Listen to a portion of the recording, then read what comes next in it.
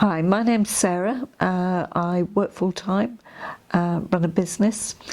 The Rotoflex we originally bought back in 2009. I have secondary progressive MS, but at that time I was able to stand and transfer onto the bed, and obviously the seated position gave me a safe position to transfer onto that. The MS has progressed significantly and I became completely paralysed about 5-6 years ago. So I now have to do the transfers, initially using transfer belts and slide sheets, but these days I need a hoist.